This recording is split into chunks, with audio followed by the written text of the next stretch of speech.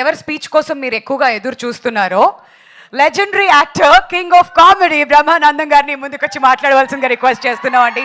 Sir, మీ experience వినాలని ఎదురు చూస్తున్నాం. ముందుకొచ్చి మాట్లాడాలా? చాలు సార్, అంత ముందుకు చాలు సార్. అందరికీ నమస్కారం. ఈరోజు ఇక్కడ గుర్రం పాపిరెడ్డి సినిమాకి సంబంధించినటువంటి ఈ ఫంక్షన్కి నేను రావడం నాకు చాలా సంతోషంగా ఉంది. అది ఎవడైనా చెప్పేది నువ్వు చెప్పేదే ఉంది అనొచ్చు, కానీ ఈ cinema it's a special picture. Almost ఒక మాటలో చెప్పాలంటే ఆల్ యంగస్టర్స్ కలిసి చేస్తున్నటువంటి సినిమా. ముఖ్యంగా డైరెక్టర్ మురళి చాలా ప్యాషన్ ఉన్న డైరెక్టర్. ఈ సినిమాలో నాకు ఒక జడ్జి వేషం చేయించారు నా చేత. నేను చాలా సినిమాల్లో చాలా క్యారెక్టర్స్ చేశాను కానండి, ఈ సినిమాలో తను చేయించినటువంటి విధానం నాకు బాగా నచ్చింది. ఇది ఒక కొంచెం టెక్నాలజీలో కెమెరామెన్ ఆయన చూపించినటువంటి టాలెంట్ కూడా ఇది నన్ను కొత్త రకంగా చూపించడానికి చేసిన ప్రయత్నం నాకు చాలా నిజంగా చాలా ఆనందంగా ఉంది. అదొకటి చెప్పాలి. ఈ సినిమాలో ముఖ్యంగా అదిగో మా ప్రభాస్ సీను ఏడి ఎందుకు అనుకుంటావు ముందుకురా, ప్రభాస్ సీను, ఇంకా కసిరెడ్డి, కసిరెడ్డినా కసిరెడ్డి రాజ్కుమార్, వీళ్ళు మన కామెడీకి సంబంధించినటువంటి వ్యక్తులు. ఆ తర్వాత నా పేరు చెప్పలేదు ఏంటంటే సిగ్గుపడి తలంచుకుంటున్నాడు Jeevan. Jeevan you also come to me, రండి.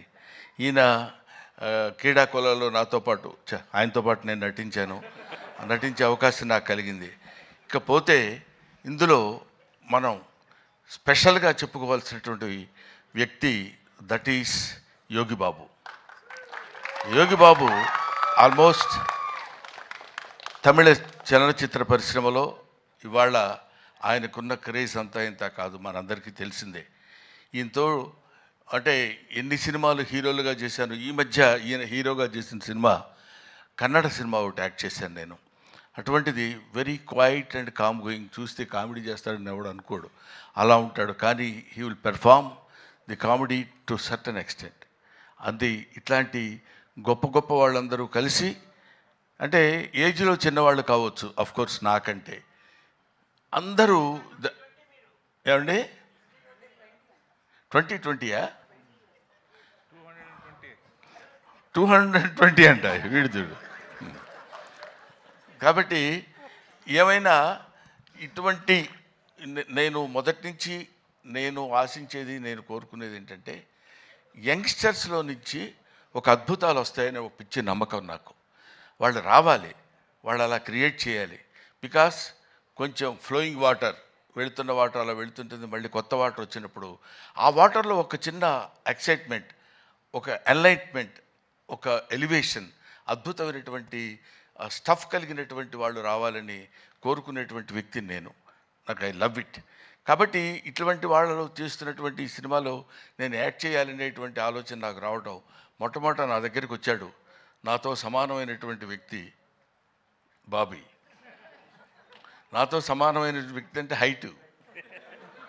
ఆ తర్వాత అమర్, వేణు, వీళ్ళ ముగ్గురు కలిసి ఒక అందమైనటువంటి కామెడీ సినిమా తీయాలి అనే, కామెడీయా అది కామెడీలా కాకుండా దానిలో ఒక అద్భుతమైనటువంటి చిన్న థ్రెడ్ ఒకటి పెట్టి దాన్ని ఎలా నడిపించాలి, ఎలా చేయించాలి అనేటువంటి దీనిలో చేయించినటువంటి ఒక most entertainment thriller I think. Am I right, Bobby? Am I right, Murali? అమ్మయ్యా.